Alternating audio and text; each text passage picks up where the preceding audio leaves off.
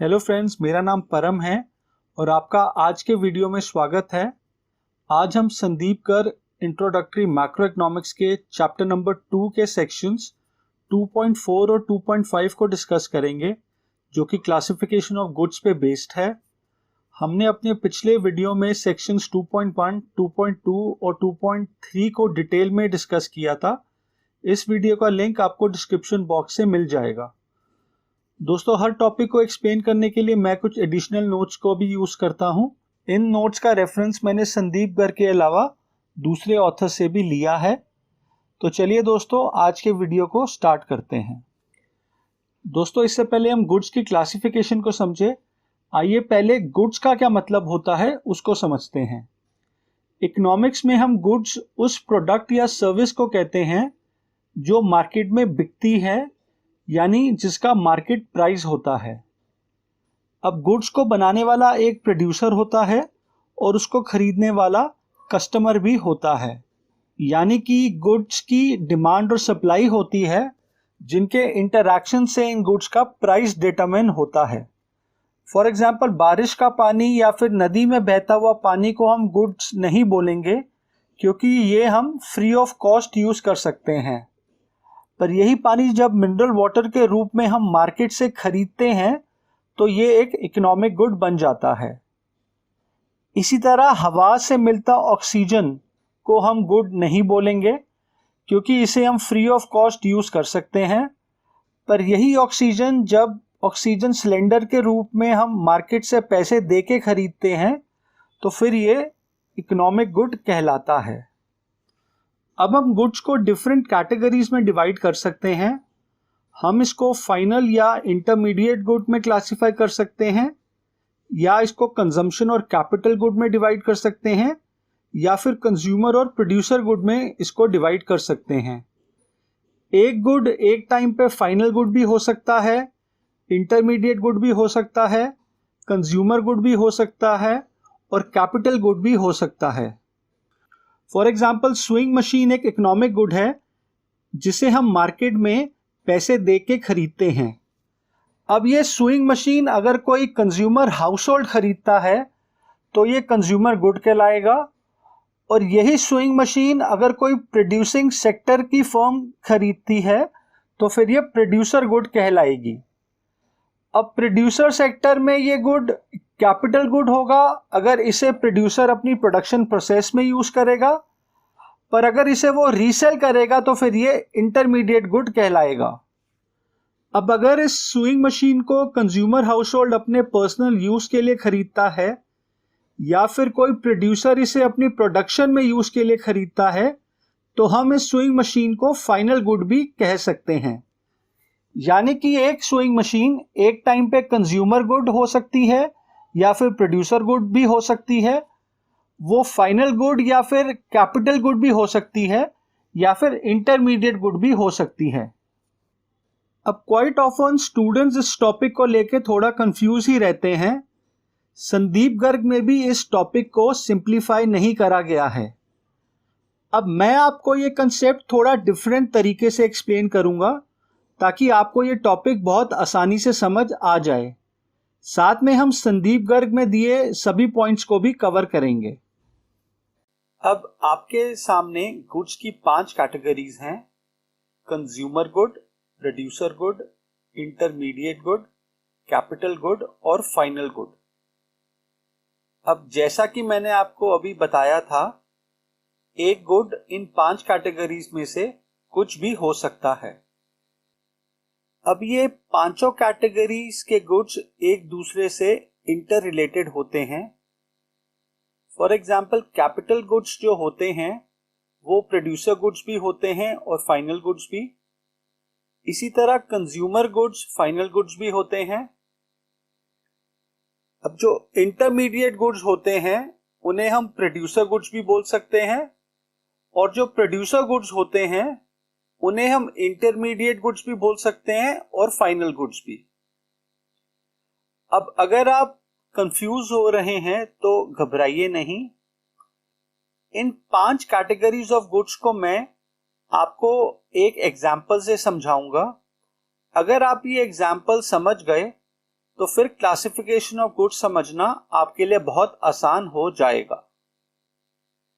अब सबसे पहले आप 4 सेक्टर्स ऑफ द इकोनॉमी के डायग्राम को रिकॉल कीजिए।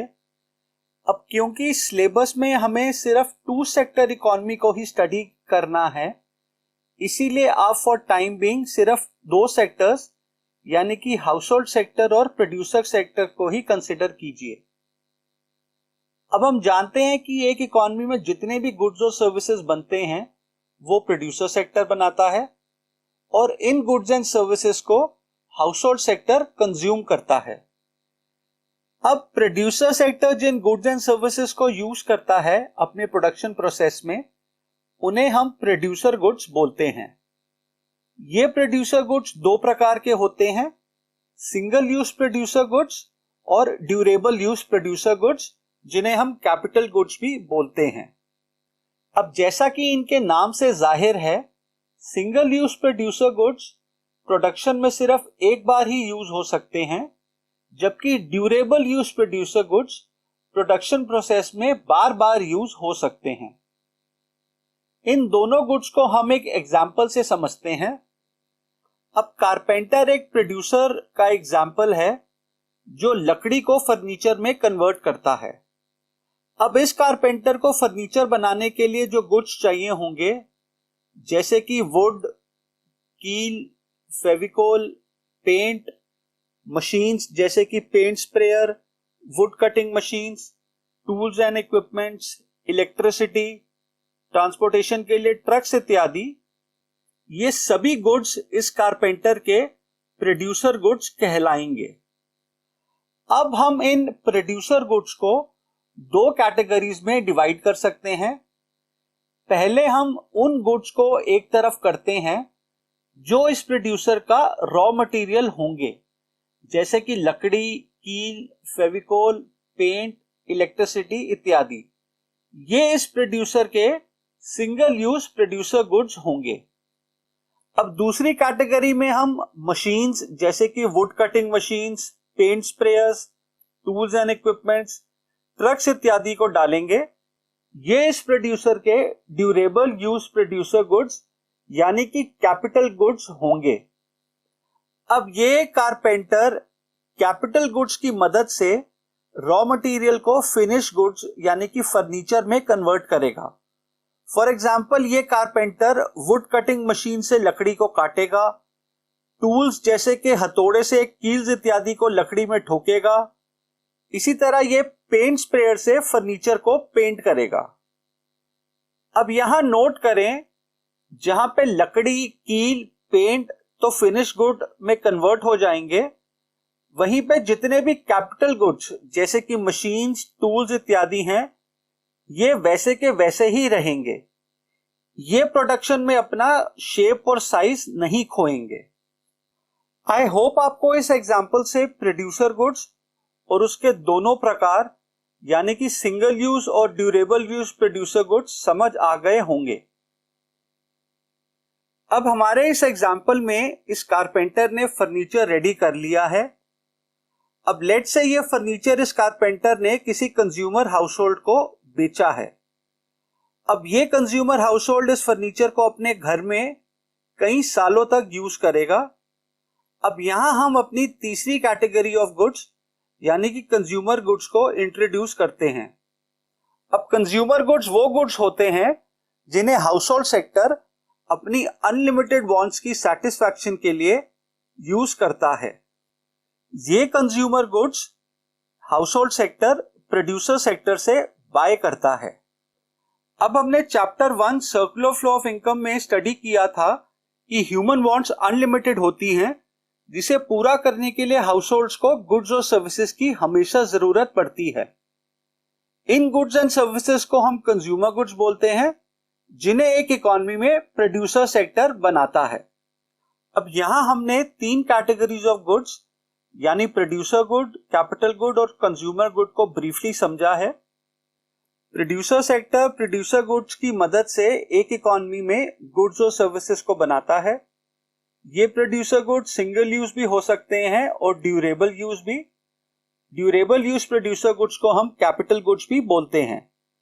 अब जब प्रोड्यूसर सेक्टर द्वारा बनाए गए गुड्स और सर्विसेज को हाउस होल्ड सेक्टर उनसे खरीद के यूज करता है, तो फिर हम इन गुड्स को कंज्यूमर गुड्स या फिर कंजम्पशन गुड्स भी बोलते हैं। ये गुड्स कंज्यूमर हाउस होल्ड की वांट्स को सेटिस्फाई करते हैं। आइए अब बाकी बची दो कैटेगरीज यानी कि इंटरमीडिएट गुड और फाइनल गुड को भी समझते हैं। यहां आप एक बात को ध्यान में रखें, फाइनल गुड और इंटरमीडिएट गुड नाम के अलग से गुड की कोई क्लासिफिकेशन नहीं होती है। गुड सिर्फ और सिर्फ तीन कैटेगरीज के ही होते हैं। पहला सिंगल यूज प्रोड्यूसर गुड, दूसरा ड्यूरेबल यूज प्रोड्यूसर गुड यानी कि कैपिटल गुड, और तीसरा कंज्यूमर गुड्स। हम इन तीनों गुड्स में से ही किसी गुड को इंटरमीडिएट गुड कहेंगे और किसी को फाइनल गुड।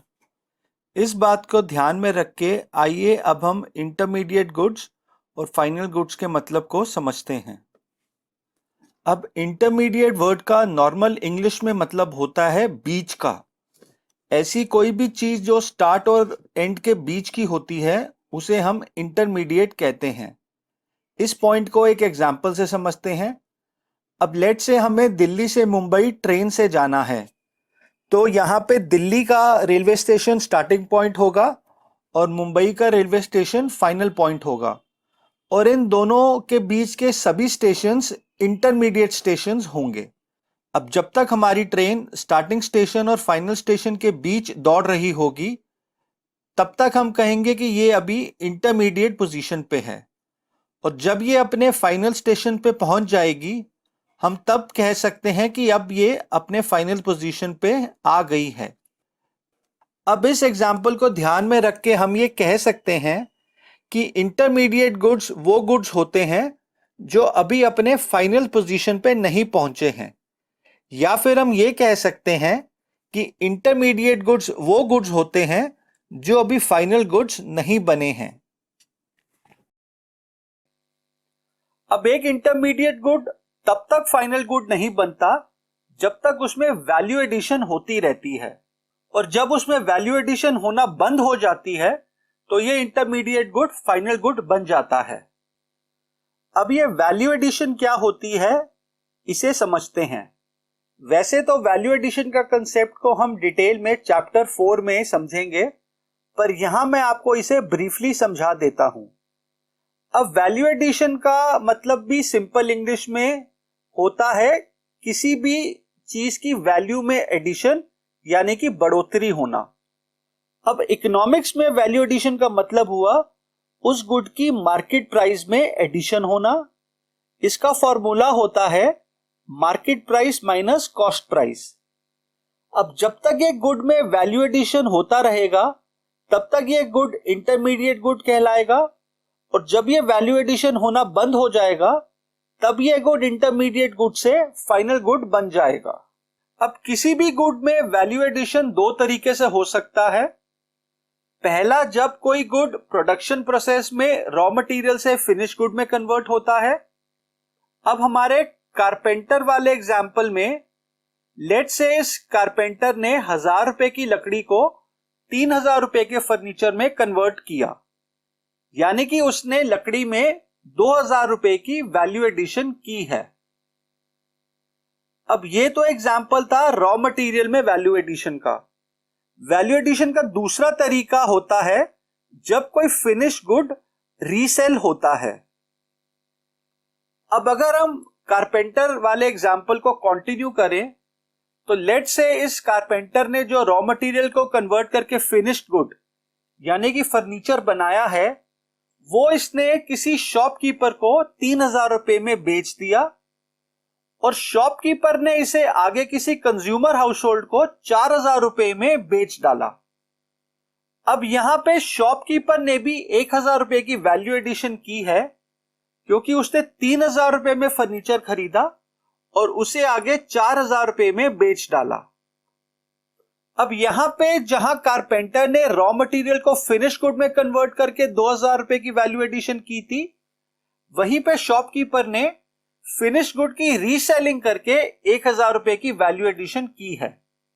यानी कि हम ये कह सकते हैं कि जब रॉ मटेरियल फिनिश गुड में कन्वर्ट होता है तब भी उसमें वैल्यू एडिशन होती है, और जब कोई फिनिश गुड रीसेल होता है तब भी उसमें वैल्यू एडिशन होती है। अब ऐसा गुड जो या तो रॉ मटेरियल के रूप में प्रोडक्शन में यूज होता है या फिर रीसेल होता है, उसे हम इंटरमीडिएट गुड बोलते हैं। अब क्योंकि वैल्यू एडिशन करने के यही दो तरीके होते हैं, इसीलिए हम कह सकते हैं कि जब तक किसी गुड में वैल्यू एडिशन होती रहेगी वो गुड इंटरमीडिएट गुड कहलाएगा। अब हम जानते हैं कि single use producer good raw material के रूप में प्रोडक्शन में यूज होता है, और हम ये भी जानते हैं कि रॉ मटेरियल में हमेशा ही वैल्यू एडिशन होने की गुंजाइश होती है जब वो फिनिश गुड में कन्वर्ट होता है। यानी कि अब हम ये भी कह सकते हैं कि सभी प्रकार के रॉ मटेरियल यानी कि single use producer goods intermediate goods होते हैं। ये आज के वीडियो का पहला इंपॉर्टेंट पॉइंट है जो आपको हमेशा याद रखना होगा। अब लास्ट में हम फाइनल गुड्स को भी समझते हैं। अब जब एक इंटरमीडिएट गुड में वैल्यू एडिशन होना बंद हो जाती है तब ये इंटरमीडिएट गुड फाइनल गुड बन जाता है। अब सवाल ये उठता है कि किसी भी गुड में वैल्यू एडिशन होना कब बंद होता है, तो इसका बड़ा सिंपल आंसर है। अब जैसा कि हम जानते हैं कि किसी भी गुड में वैल्यू एडिशन दो प्रकार से होते हैं। पहला, जब वो प्रोडक्शन प्रोसेस में रॉ मटेरियल से फिनिश गुड में ट्रांसफॉर्म होता है, और दूसरा जब वो गुड फिनिश गुड के रूप में रीसेल होता है। अब कोई भी गुड में ऐसी गुंजाइश ना हो कि ना तो वो प्रोडक्शन में अपनी शेप और साइज खो के फिनिश गुड में ट्रांसफॉर्म हो या फिर वो गुड रीसेल हो, तब वो गुड फाइनल गुड बन जाएगा। यानी कि ऐसा गुड जिसमें वैल्यू एडिशन की कोई गुंजाइश नहीं होती है उसे हम फाइनल गुड कहते हैं। ऐसा गुड अपने फाइनल यूजर के पास पहुंच जाता है जो ना तो उसे रीसेल करेगा और ना ही उसे प्रोडक्शन प्रोसेस में रॉ मटेरियल के रूप में यूज करेगा। अब ये फाइनल यूजर्स कौन कौन हो सकते हैं, हम इस पॉइंट को अपने कारपेंटर वाले एग्जांपल से समझते हैं। अब कारपेंटर ने फर्नीचर बनाया है और उसे 3000 रुपए में शॉपकीपर को बेच दिया है। अब इस शॉपकीपर ने इस फर्नीचर को आगे रीसेल करना है। अब इसके पास 3 किस्म के कस्टमर्स आ सकते हैं। अब पहले किस्म का कस्टमर कोई दूसरा शॉपकीपर हो सकता है जो इस शॉपकीपर से ये फर्नीचर खरीदे और उसे आगे बेचे। अब लेट से इस शॉपकीपर ने ये फर्नीचर किसी दूसरे शॉपकीपर को 4000 रुपए में बेच दिया। अब ये दूसरा शॉपकीपर इस फर्नीचर को आगे किसी और कस्टमर को बेचेगा यानी कि रीसेल करेगा। अब हम जानते हैं कि जब तक एक गुड रीसेल होता रहेगा वो गुड इंटरमीडिएट गुड ही कहलाएगा क्योंकि उसमें वैल्यू एडिशन होती रहेगी। यानी कि ये फर्नीचर अभी भी इंटरमीडिएट गुड कहलाएगा क्योंकि इसमें अभी और वैल्यू एडिशन होगी जब इसे शॉपकीपर नंबर 2 आगे किसी को बेचेगा। यानी कि हम ये कह सकते हैं कि शॉपकीपर नंबर 2 तो फाइनल यूजर नहीं होगा क्योंकि वो इस फर्नीचर को आगे बेचने के लिए खरीद रहा है। अब दूसरे किस्म का कस्टमर जो शॉपकीपर नंबर 1 के पास आ सकता है वो कोई कंज्यूमर हाउसहोल्ड हो सकता है जिसे यह फर्नीचर अपने घर में डोमेस्टिक यूज के लिए चाहिए हो। अब क्या ऐसा कंज्यूमर इस फर्नीचर को आगे रीसेल करेगा? ऑब्वियसली नहीं, क्योंकि वो इसे अपने घर पे यूज करने के लिए खरीद रहा है।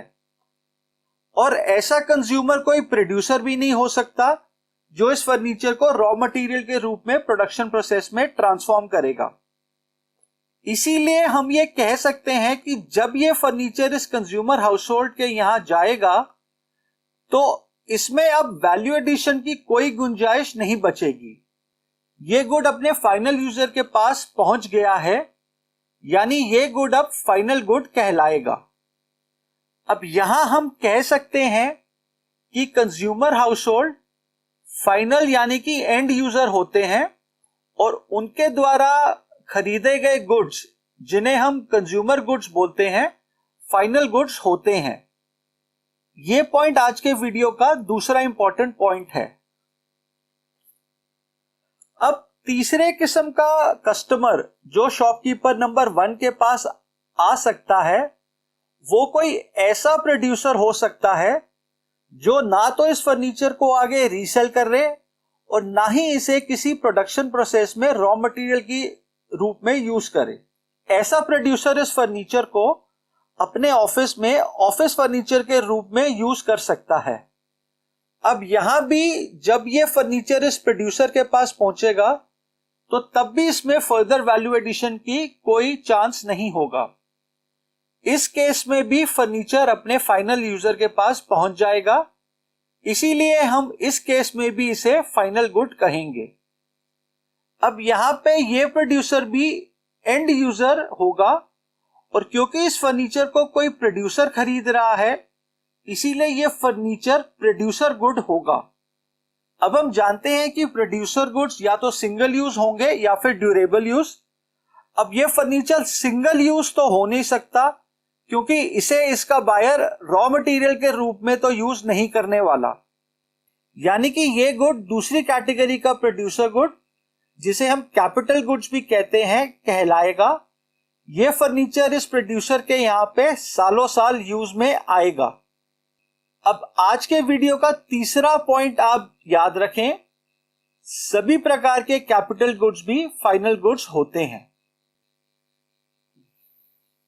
यानी कि हम अब ये कह सकते हैं कि फाइनल गुड्स वो गुड्स होते हैं जो अपने एंड यूजर के पास पहुंच गए होते हैं। ये गुड्स ना तो रीसेल होते हैं और ना ही इनमें कोई ट्रांसफॉर्मेशन आता है। सभी प्रकार के कंज्यूमर गुड्स और कैपिटल गुड्स फाइनल गुड्स होते हैं। दोस्तों, कंज्यूमर गुड्स और कैपिटल गुड्स के अलावा हम एक और कैटेगरी गुड्स को भी फाइनल गुड्स कह सकते हैं। ये पॉइंट हम थोड़ी देर में डिस्कस करेंगे। अब यहां हमने 5 कैटेगरीज ऑफ गुड्स को मोटा मोटा समझ लिया है। आइए इसे यहां पे समराइज कर लेते हैं। इसके बाद हम इन 5 कैटेगरीज ऑफ गुड्स को डिटेल में बुक से पढ़ेंगे। सबसे पहले कंज्यूमर गुड्स वो गुड्स होते हैं जिन्हें हाउस होल्ड सेक्टर अपनी कंजम्पशन में यूज करता है। सभी प्रकार के कंज्यूमर गुड्स फाइनल गुड्स होते हैं। दूसरा, प्रोड्यूसर गुड्स वो गुड्स होते हैं जिन्हें प्रोड्यूसर सेक्टर यूज करता है। ये 2 प्रकार के होते हैं, सिंगल यूज प्रोड्यूसर गुड्स और ड्यूरेबल यूज प्रोड्यूसर गुड्स। अब single use producer goods raw material के रूप में प्रोडक्शन प्रोसेस में यूज होते हैं। सभी प्रकार के single use producer goods intermediate goods होते हैं क्योंकि इनमें वैल्यू एडिशन करना बाकी होता है। प्रोड्यूसर गुड्स की दूसरी कैटेगरी होती है ड्यूरेबल यूज प्रोड्यूसर गुड्स, यानी कि कैपिटल गुड्स। इन गुड्स को प्रोड्यूसर अपने प्रोडक्शन प्रोसेस में सालों साल यूज करता है और ये गुड्स प्रोडक्शन प्रोसेस में अपना शेप और साइज भी नहीं खोते हैं। अब सभी प्रकार के कैपिटल गुड्स फाइनल गुड्स होते हैं। अब इंटरमीडिएट गुड्स वो गुड्स होते हैं जो या तो रॉ मटेरियल के रूप में प्रोडक्शन में यूज होते हैं या फिर फिनिश गुड्स के रूप में रीसेल होते हैं। इन गुड्स में वैल्यू एडिशन होती रहती है। और लास्ट में फाइनल गुड्स वो कंज्यूमर गुड या प्रोड्यूसर गुड होते हैं जो अपने एंड यूजर के पास पहुंच गए होते हैं, यानी इन गुड्स में कोई भी वैल्यू एडिशन नहीं होती है। सभी प्रकार के कंज्यूमर गुड्स और सभी प्रकार के कैपिटल गुड्स फाइनल गुड्स होते हैं। फाइनल गुड्स में हम एक कैटेगरी को और ऐड करेंगे जिसे हम इस वीडियो में आगे डिस्कस करेंगे। अब हमने इन सभी गुड्स के बेसिक कंसेप्ट समझ लिए हैं। आइए अब सभी कैटेगरीज को डिटेल में समझते हैं। सबसे पहले हम कंज्यूमर गुड, जिन्हें हम कंजम्पशन गुड भी कहते हैं, उन्हें स्टडी करते हैं। कंज्यूमर गुड्स और consumption goods refer to those goods which satisfy the wants of the consumers directly। यानी कि वो सभी गुड्स और सर्विसेज जिन्हें हम अपनी नीड्स की सेटिस्फैक्शन में यूज करते हैं, वो सब कंज्यूमर गुड्स होते हैं। अब जैसा कि हम जानते हैं कि ह्यूमन वांट्स अनलिमिटेड होती हैं, जिन्हें पूरा करने के लिए हमें गुड्स एंड सर्विसेज की ज़रूरत पड़ती है। तो वो गुड्स एंड सर्विसेज जो हमारी ज़रूरतों को डायरेक्टली सेटिस्फाई करते हैं, उन्हें हम कंज्यूमर या फिर कंजम्पशन गुड कहते हैं। अब एक नॉर्मल हाउस होल्ड में जितनी भी वस्तुएं पाई जाती हैं वो सब कंज्यूमर गुड्स होती हैं। अब चाहे वो आपके घरों में रोज आने वाला दूध या ब्रेड हो, या आपके घर में रखा TV, washing machine, AC, fridge, mobile phone, scooter, car, clothes, shoes, आटा, चावल वगैरह हो। सिर्फ एक घर ही ऐसा एसेट है जिसे हम कंज्यूमर गुड नहीं कहते हैं, वो एक कंज्यूमर हाउसहोल्ड की इन्वेस्टमेंट होती है।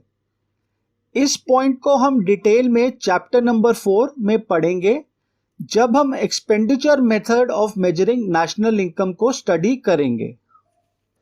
अब कंज्यूमर गुड्स को हम 4 कैटेगरीज में डिवाइड कर सकते हैं: durable consumer goods, semi durable consumer goods, non durable या फिर सिंगल यूज कंज्यूमर गुड्स और सर्विसेज। अब ड्यूरेबल गुड्स सबसे ज्यादा टिकाऊ गुड्स होते हैं जो सालों साल चलते हैं, जबकि नॉन ड्यूरेबल गुड्स सिर्फ 1 या 2 बार ही यूज हो सकते हैं। इन दोनों के बीच होते हैं सेमी ड्यूरेबल गुड्स जिनकी लाइफ लगभग 1 साल की होती है। आइए इन चारों कैटेगरीज को डिटेल में समझते हैं। Durable goods refers to those goods which can be used again and again over a considerable period of time. For example, television, refrigerators, etc. अब ड्यूरेबल गुड्स के 2 फीचर्स होते हैं। पहला, ये सालों साल यूज में आते हैं, और दूसरा, ये महंगे गुड्स होते हैं। अब आपके घरों में जितनी भी हाई एंड आइटम्स हैं जैसे TV, fridge, washing machine, car, scooter वगैरह, जिन्हें आप कई सालों तक यूज कर सकते हैं, उन्हें हम ड्यूरेबल कंज्यूमर गुड्स कहते हैं। Goods which are used up in a single act of consumption are known as non durable goods. These goods cannot be used more than once, that is, they lose their identity in single act of consumption. For example, milk, bread, food grains, paper, etc. अब non durable goods वो goods होते हैं जिन्हें consumer सिर्फ एक बार ही use कर सकता है, इसीलिए हम इन्हें सिंगल यूज कंज्यूमर गुड्स भी कहते हैं। उपयोग में आने पे ये गुड्स अपनी पहचान खो देते हैं।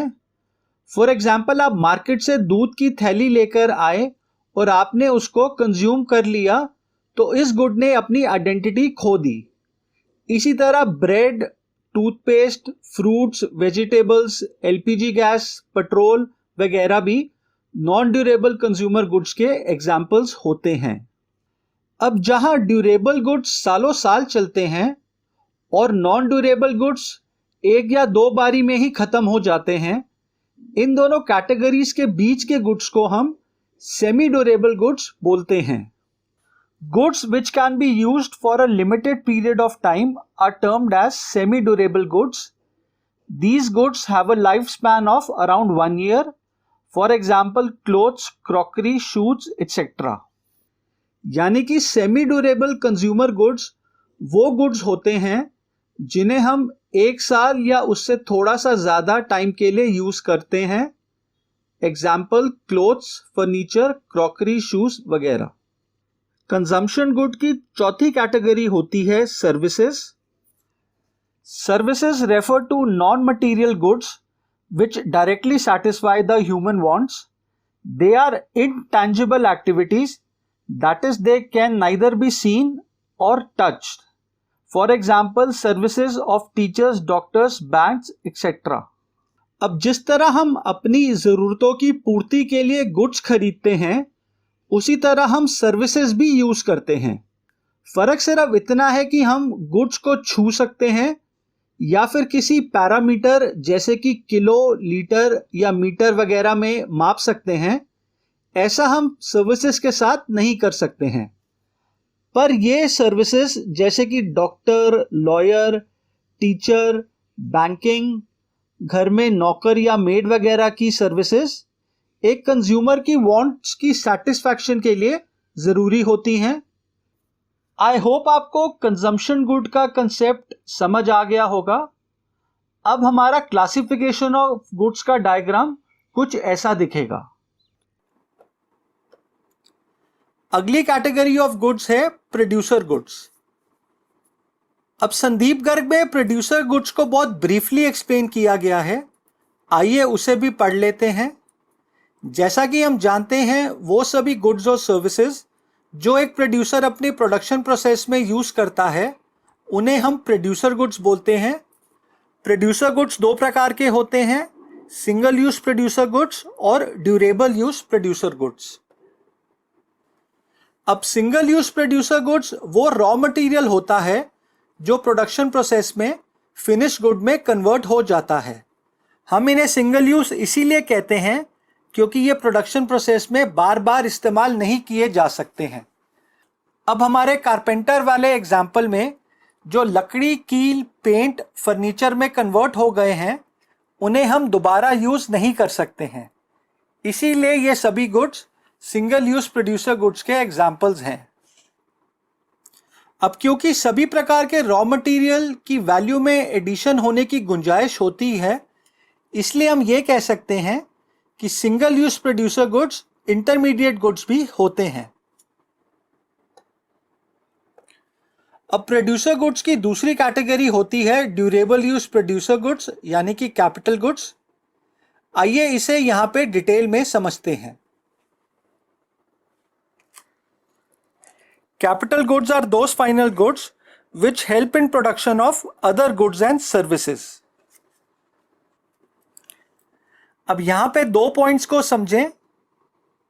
पहला, सभी कैपिटल गुड्स फाइनल गुड्स होते हैं और दूसरा, ये कैपिटल गुड्स दूसरे गुड्स और सर्विसेज की प्रोडक्शन में इस्तेमाल किए जाते हैं। आइए इन दोनों पॉइंट्स को डिटेल में समझते हैं। अब पहला पॉइंट है कि कैपिटल गुड्स फाइनल गुड्स होते हैं। हमने थोड़ी देर पहले ये पढ़ा था कि फाइनल गुड्स वो गुड्स होते हैं जो अपने एंड यूजर के पास पहुंच गए होते हैं और जिनमें वैल्यू एडिशन की गुंजाइश नहीं होती है। अब हम ये भी जानते हैं कि किसी भी गुड में वैल्यू एडिशन दो तरीकों से हो सकती है। अब या तो वो रॉ मटेरियल से फिनिश गुड में कन्वर्ट हो या फिर फिनिश गुड के रूप में एक प्रोड्यूसर से दूसरे प्रोड्यूसर के बीच में रीसेल हो। अब जब एक प्रोड्यूसर कैपिटल गुड को खरीदता है तो वो ऑब्वियसली इसे अपने यहाँ पे प्रोडक्शन प्रोसेस में यूज करने के लिए खरीदेगा, ना कि उसको रीसेल करने के लिए। इसीलिए कैपिटल गुड्स रीसेल तो नहीं हो सकते हैं और ना ही कैपिटल गुड कोई रॉ मटेरियल होंगे जो किसी फिनिश गुड में कन्वर्ट होंगे। यानी कि हम ये कह सकते हैं कि कैपिटल गुड में फर्दर वैल्यू एडिशन की गुंजाइश नहीं होती है, इसीलिए हम इन्हें फाइनल गुड्स कहते हैं। अब कैपिटल गुड का दूसरा पॉइंट तो ऑब्वियस है कि ये गुड्स एंड सर्विसेज की प्रोडक्शन में यूज किए जाते हैं। अब हमारे कारपेंटर वाले एग्जाम्पल में उसके पास जो कैपिटल गुड्स हैं जैसे कि wood cutting machine, paint sprayer, tools और इक्विपमेंट्स, ट्रांसपोर्टेशन के लिए ट्रक्स इत्यादि, ये सभी इसके कैपिटल गुड्स होंगे जो इसको फिनिश गुड यानी कि फर्नीचर बनाने में मदद करेंगे। ये कैपिटल गुड्स इस कारपेंटर के यहाँ सालों साल उपयोग में आएंगे क्योंकि ये गुड्स प्रोडक्शन प्रोसेस में अपना शेप और साइज नहीं खोते हैं, ये जैसे हैं वैसे के वैसे ही रहते हैं। आइए अब कैपिटल गुड्स से रिलेटेड कुछ पॉइंट्स को समझते हैं।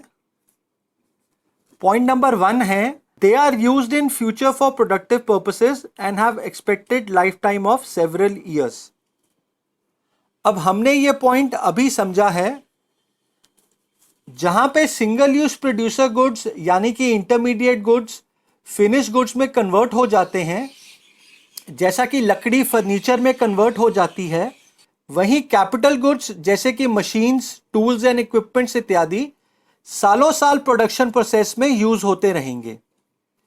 यहां पे मैं कैपिटल गुड्स का एक और फीचर ऐड करना चाहता हूं और वो ये है कि capital goods high and goods होते हैं, यानी कि ये गुड्स एक्सपेंसिव गुड्स होते हैं। For example nuts and bolts भी प्रोडक्शन प्रोसेस में सालों साल चलते रहते हैं, पर क्या हम इन्हें कैपिटल गुड्स कह सकते हैं? ऑब्वियसली नहीं, क्योंकि ये लो वैल्यू गुड्स होते हैं। पॉइंट नंबर 2 है, they do not lose their identity in the production process, that is they do not gate merged in the process of production. अब ये वाला पॉइंट भी हम क्लियर कर चुके हैं। अब जहां पे इंटरमीडिएट गुड्स फाइनल गुड्स में मर्ज हो जाते हैं, वहीं पर कैपिटल गुड्स फाइनल गुड्स में मर्ज नहीं होते हैं। फॉर एग्जाम्पल, लकड़ी तो फर्नीचर में मर्ज हो जाएगी, पर जिन टूल्स और इक्विपमेंट्स को यूज करके कारपेंटर इस लकड़ी को फर्नीचर का आकार देगा, वो वैसे के वैसे ही रहेंगी। अब हम कह सकते हैं कि ना तो कैपिटल गुड्स अपने द्वारा बनाए गए फिनिश गुड्स में कन्वर्ट होते हैं और ना ही ये मार्केट में रीसेलिंग के लिए खरीदे जाते हैं। इसीलिए हम कैपिटल गुड्स को फाइनल इन्वेस्टमेंट गुड्स भी कह सकते हैं। पॉइंट नंबर 3 है, दे नीड रिपेयर्स और replacements over time as they depreciate over a period of time. अब जैसे जैसे कैपिटल गुड्स प्रोडक्शन में यूज होते रहते हैं, उनको टाइम टू टाइम रिपेयर की जरूरत होती है और साथ में उनकी मार्केट वैल्यू में भी गिरावट आ जाती है, जिसे हम डेप्रिसिएशन कहते हैं। फॉर एग्जाम्पल, एक नई मशीन की वैल्यू एक 10 साल पुरानी मशीन से कहीं ज्यादा होगी। इस लॉस ऑफ वैल्यू को हम डेप्रिसिएशन या फिर कंजम्पशन ऑफ फिक्स्ड कैपिटल कहते हैं।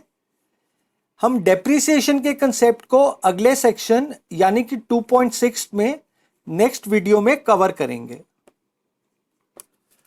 पॉइंट नंबर 4 है, they have derived demand as their demand is derived from the demand of other goods which they help to produce. अब यहां पे डिराइव्ड का मतलब हुआ डिपेंडेंट होना, यानी कि कैपिटल गुड्स की डिमांड उससे बनाए गए फिनिश्ड गुड की डिमांड पे डिपेंड करती है। अब ये तो ऑब्वियस बात है। फॉर एग्जाम्पल, अगर फर्नीचर की डिमांड बढ़ेगी तो लकड़ी की भी डिमांड बढ़ेगी और उन टूल्स और इक्विपमेंट्स की भी डिमांड बढ़ेगी जो फर्नीचर की प्रोडक्शन में उपयोगी होते हैं। यानी कि दोनों प्रकार के producer goods, single use producer good और ड्यूरेबल यूज प्रोड्यूसर गुड की डिमांड उनके द्वारा तैयार की गई फिनिश गुड की डिमांड पे निर्भर होती है। अब 5th पॉइंट इंपॉर्टेंट है, capital goods are durable use consumer goods for households. अब एक कैपिटल गुड इंटरमीडिएट गुड भी हो सकता है और एक ड्यूरेबल यूज कंज्यूमर गुड भी हो सकता है। ये इस बात पे डिपेंड करता है कि उसका एंड यूज क्या है। फॉर एग्जाम्पल, सुइंग मशीन एक कैपिटल गुड है। अब अगर इसको एक प्रोड्यूसर अपनी प्रोडक्शन में यूज के लिए खरीदता है तो ये ड्यूरेबल यूज प्रोड्यूसर गुड कहलाएगी। पर अगर कोई शॉपकीपर इसको रीसेल के लिए खरीदेगा तो फिर ये इंटरमीडिएट गुड कहलाएगी। और अगर यही सुइंग मशीन कोई कंज्यूमर हाउस होल्ड अपनी डोमेस्टिक यूज के लिए खरीदता है तो फिर ये ड्यूरेबल यूज कंज्यूमर गुड कहलाएगी। यानी कि अपने आप में एक गुड कैपिटल गुड भी हो सकता है, इंटरमीडिएट गुड भी हो सकता है और कंज्यूमर गुड भी हो सकता है। ये सब उसके यूज पे डिपेंड करता है। अब बुक में हमें रेफ्रिजरेटर का एग्जाम्पल दिया गया है। अब ये रेफ्रिजरेटर कोई प्रोड्यूसर जैसे कि कोई कन्फेक्शनरी शॉप खरीदती है तो फिर ये उसका कैपिटल गुड कहलाएगा, क्योंकि ये रेफ्रिजरेटर इस शॉप में सालों साल यूज होता रहेगा। पर अगर यही रेफ्रिजरेटर कोई कंज्यूमर हाउस होल्ड अपनी डोमेस्टिक यूज के लिए खरीदता है तो फिर ये ड्यूरेबल यूज कंज्यूमर गुड कहलाएगा। अब अक्सर एग्जाम में क्वेश्चन आता है कि all capital goods are producer goods but all producer goods are not capital goods.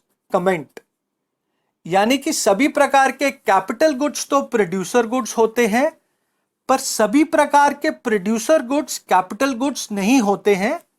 इस स्टेटमेंट का आंसर दीजिए। अब यह स्टेटमेंट करेक्ट है। हम जानते हैं कि प्रोड्यूसर गुड्स दो प्रकार के होते हैं, सिंगल यूज प्रोड्यूसर गुड्स यानी कि इंटरमीडिएट गुड्स और ड्यूरेबल यूज प्रोड्यूसर गुड्स यानी कि कैपिटल गुड्स।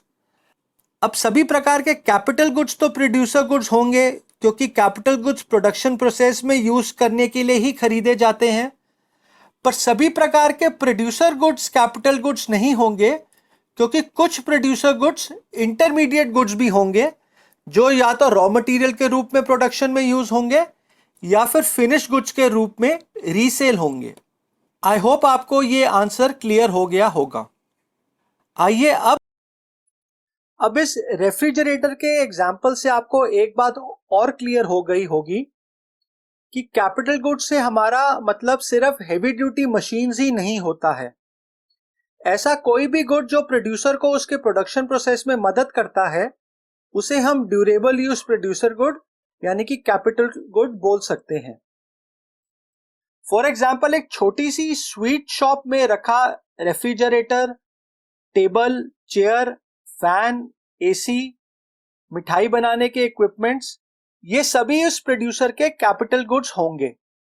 इसी तरह मारुति उद्योग जैसी मल्टीनेशनल कंपनी की फैक्ट्री में यूज होने वाली हाई एंड मशीन्स या फिर उनके द्वारा बनाई गई फिनिश गुड्स की ट्रांसपोर्टेशन में काम आने वाले ट्रक्स इत्यादि भी मारुति सुजुकी कंपनी के कैपिटल गुड्स होंगे। ये गुड्स अपने प्रोड्यूसर के प्रोडक्शन प्रोसेस में सालों साल यूज होते रहेंगे, इसीलिए हम इन्हें ड्यूरेबल यूज प्रोड्यूसर गुड्स भी कहते हैं। अब कैपिटल गुड्स किसी भी इकॉनमी के प्रोडक्शन प्रोसेस की बैकबोन होते हैं। एक इकॉनमी में जितने ज्यादा कैपिटल गुड्स होंगे उस इकॉनमी की गुड्स एंड सर्विसेज बनाने की प्रोडक्टिव कैपेसिटी उतनी ज्यादा बढ़ेगी।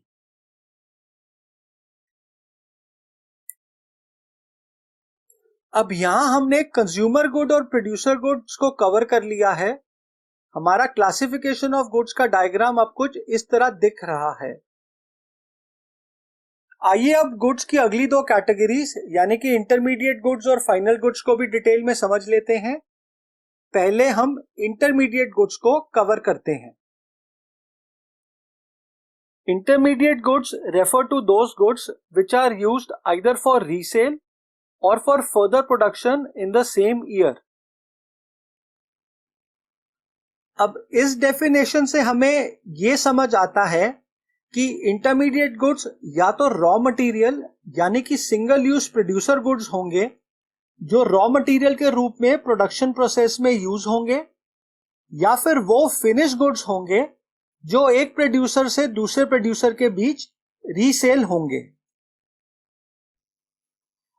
अब हम जानते हैं कि किसी भी गुड में वैल्यू एडिशन तभी होती है जब वो या तो रॉ मटेरियल से फिनिश गुड में कन्वर्ट हो या फिर फिनिश गुड के रूप में एक प्रोड्यूसर से दूसरे प्रोड्यूसर के बीच खरीदा बेचा जाए। अब ये दोनों किस्म के गुड्स इंटरमीडिएट गुड्स की डेफिनेशन में कवर होते हैं, यानी कि हम ये कह सकते हैं कि इंटरमीडिएट गुड्स वो गुड्स होते हैं जिनमें वैल्यू एडिशन करने की गुंजाइश होती है। यानी कि जब तक एक गुड में वैल्यू एडिशन होती रहेगी वो गुड इंटरमीडिएट गुड कहलाएगा, और जब इस गुड में वैल्यू एडिशन होना बंद हो जाएगी उस वक्त वो इंटरमीडिएट गुड फाइनल गुड बन जाएगा। अब हम ये पॉइंट अपने फर्नीचर वाले एग्जाम्पल में ऑलरेडी कवर कर चुके हैं, जहां हमने इंटरमीडिएट गुड्स की दोनों कैटेगरीज को कवर किया था। पहला, जब कारपेंटर रॉ मटेरियल में वैल्यू डाल के उसे फर्नीचर में कन्वर्ट करता है, और दूसरा जब कारपेंटर ये फर्नीचर किसी होलसेलर को बेचता है और फिर ये होलसेलर किसी रिटेलर शॉपकीपर को बेचता है। इस दौरान फर्नीचर की वैल्यू में एडिशन होता रहता है। अब जब तक इस फर्नीचर की वैल्यू में एडिशन होता रहेगा हम इस फर्नीचर को इंटरमीडिएट गुड बोलेंगे। और फाइनली जब ये फर्नीचर अपने एंड यूजर के पास पहुंच जाएगा, अब भले ही वो एंड यूजर कोई कंज्यूमर हाउसहोल्ड हो जो इसे अपने घर में यूज करे या फिर कोई प्रोड्यूसर हो जो इसे अपने ऑफिस में यूज करे, तब ये इंटरमीडिएट गुड फाइनल गुड में कन्वर्ट हो जाएगा, क्योंकि अब इसके अंदर कोई फर्दर वैल्यू एडिशन नहीं होगी। आई होप आपको ये पॉइंट क्लियर हो गया होगा। अब बुक में हमें दूध यानी कि मिल्क का एग्जाम्पल दिया गया है। अब पहले केस में दूध एक फिनिश्ड गुड है जो रीसेल किया जाएगा, इसीलिए हम इसे इंटरमीडिएट गुड बोलेंगे, और दूसरे केस में ये दूध रॉ मटेरियल के रूप में एक मिठाई वाला अपनी मिठाई को बनाने में यूज करेगा, इसीलिए हम यहां भी इसे इंटरमीडिएट गुड ही कहेंगे। अब अगर आप इंटरमीडिएट गुड की डेफिनेशन को एक बार फिर से पढ़ें तो हमें यहां पर एक कंडीशन दे रखी है कि इंटरमीडिएट गुड या तो रॉ मटेरियल के रूप में प्रोडक्शन में यूज होने चाहिए या फिर फिनिश्ड गुड में रीसेल होने चाहिए इन द सेम ईयर। अब इन द सेम ईयर का क्या मतलब होता है इसको समझते हैं। इसका यह मतलब हुआ कि जिस साल इस इंटरमीडिएट गुड को इसके प्रोड्यूसर ने खरीदा है या तो रॉ मटेरियल के रूप में यूज करने के लिए या फिर फिनिश गुड के रूप में रीसेलिंग करने के लिए, उसे इन गुड्स को उसी साल यूज करना पड़ेगा या फिर बेचना पड़ेगा। अब अगर वो ऐसा नहीं कर पाता और उसके पास साल के एंड में इंटरमीडिएट गुड का कुछ स्टॉक बच जाता है तो तब ये बचा हुआ इंटरमीडिएट गुड का स्टॉक इस प्रोड्यूसर का फाइनल गुड्स माना जाएगा। फॉर एग्जाम्पल हमारे कारपेंटर वाले एग्जाम्पल में जो लकड़ी और बाकी रॉ मटेरियल का स्टॉक इस प्रोड्यूसर के पास साल के आखिरी दिन बच जाएगा, वो इस प्रोड्यूसर की इन्वेंट्री इन्वेस्टमेंट मानी जाएगी और इन्वेंट्री इन्वेस्टमेंट को हम फाइनल गुड मानते हैं और उसे नेशनल इनकम में शामिल करते हैं। ये पॉइंट आपको अच्छी तरह चैप्टर नंबर 4 में एक्सपेंडिचर मेथड में समझ आएगा। अब इसी तरह फर्नीचर शॉप के पास रखा फर्नीचर का स्टॉक भी उसका इंटरमीडिएट गुड होगा जिसे वो आगे रीसेल करेगा, पर जो फर्नीचर का स्टॉक इस फर्नीचर शॉप कीपर के पास साल के एंड में बच जाएगा उसे भी हम फाइनल गुड मानेंगे और नेशनल इनकम में शामिल करेंगे। अब ये पॉइंट हमें बुक में एक एग्जाम्पल से समझाया गया है। यहां पे एक प्रोड्यूसर एक्स लिमिटेड साल 2018 में 10 टन कोयला खरीदता है रॉ मटेरियल के रूप में यूज करने के लिए अपने यहां ग्लास की प्रोडक्शन में। अब इस प्रोड्यूसर का पूरे साल में सिर्फ 7 टन कोयला ही यूज होता है और साल के एंड में उसके पास 3 टन कोयले का स्टॉक बच जाता है। तो अब हम यहां पे 7 टन कोयला जो इसका रॉ मटेरियल के रूप में यूज हुआ है उसे तो हम इंटरमीडिएट गुड मानेंगे जिसकी वैल्यू इस प्रोड्यूसर द्वारा बनाए गए फिनिश्ड गुड यानी कि ग्लास में मर्ज हो जाएगी, पर जो 3 टन कोयला इस प्रोड्यूसर के पास बचा है उसे हम इसका फाइनल गुड मानेंगे और नेशनल इनकम में इंक्लूड करेंगे।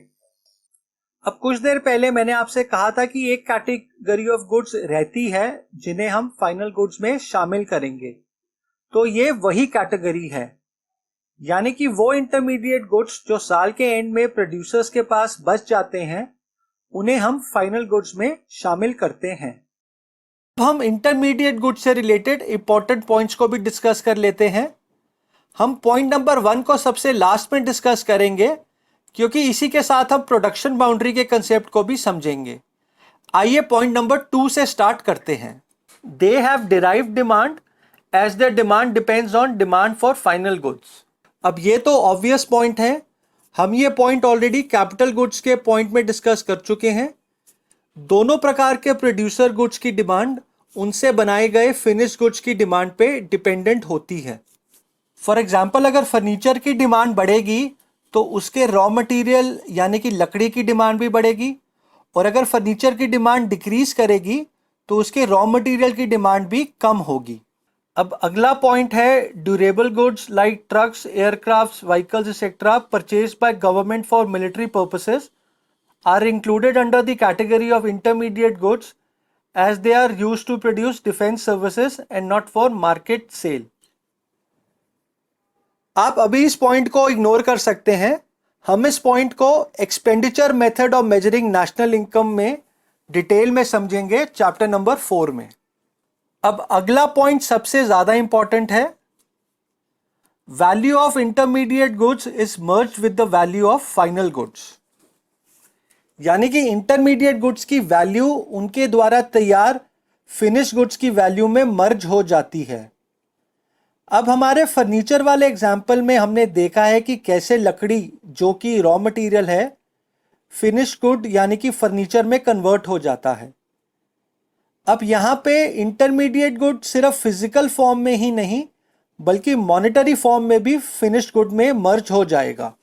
फॉर एग्जाम्पल, जब कारपेंटर 1,000 रुपये की लकड़ी से 3,000 रुपये का फर्नीचर तैयार करता है, तो इस 3,000 रुपये में 1,000 रुपये की लकड़ी की कीमत भी इंक्लूड होगी, यानी कि फिनिश गुड में इंटरमीडिएट गुड की वैल्यू भी इंक्लूड होती है।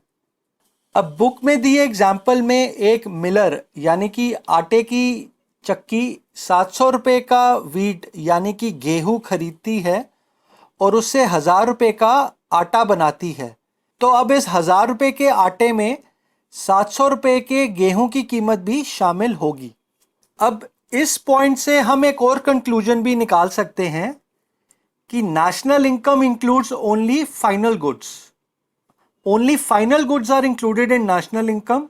The intermediate goods are not included in the national income as they are already included in the final goods. If their value is added again, it will lead to double counting. यानी कि हम national income में intermediate goods को include नहीं करते हैं और सिर्फ फाइनल गुड्स को ही इंक्लूड करते हैं, क्योंकि फाइनल गुड्स की वैल्यू में इंटरमीडिएट गुड्स की वैल्यू ऑलरेडी इंक्लूडेड होती है। ये इस सेक्शन का सबसे ज़्यादा इंपॉर्टेंट पॉइंट है और आपको हमेशा याद रहना चाहिए। इसे हम एक एग्जाम्पल से समझते हैं।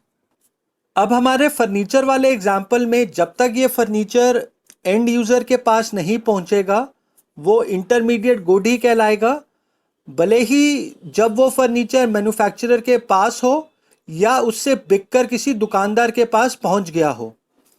पर जब ये अपने एंड यूज़र के पास पहुंचेगा, जो कि कोई कंज्यूमर हाउस होल्ड भी हो सकता है या फिर कोई प्रोड्यूसर भी, तब ये फर्नीचर फाइनल गुड कहलाएगा और जो मार्केट प्राइस इसका एंड यूज़र ने दिया होगा हम सिर्फ उसी को नेशनल इनकम की कैलकुलेशन में शामिल करेंगे।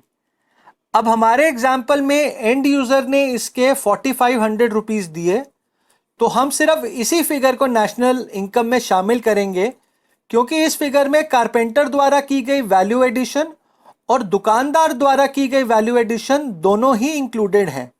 अगर हम नेशनल इनकम में फर्नीचर मैन्युफैक्चरर और कारपेंटर द्वारा की गई वैल्यू एडिशन को अलग से इंक्लूड करेंगे तो इससे नेशनल इनकम की ओवर एस्टिमेशन हो जाएगी, जिसे हम डबल काउंटिंग भी कहते हैं। हम इस पॉइंट को डिटेल में चैप्टर 4 में value added method of measuring national income में डिस्कस करेंगे। चलिए अब पॉइंट नंबर 1 को पढ़ते हैं और साथ में प्रोडक्शन बाउंड्री के कंसेप्ट को भी समझते हैं। Intermediate goods are generally purchased by one production unit from another. That is, intermediate goods remain within the production boundary. अब ये तो ऑब्वियस सी बात है।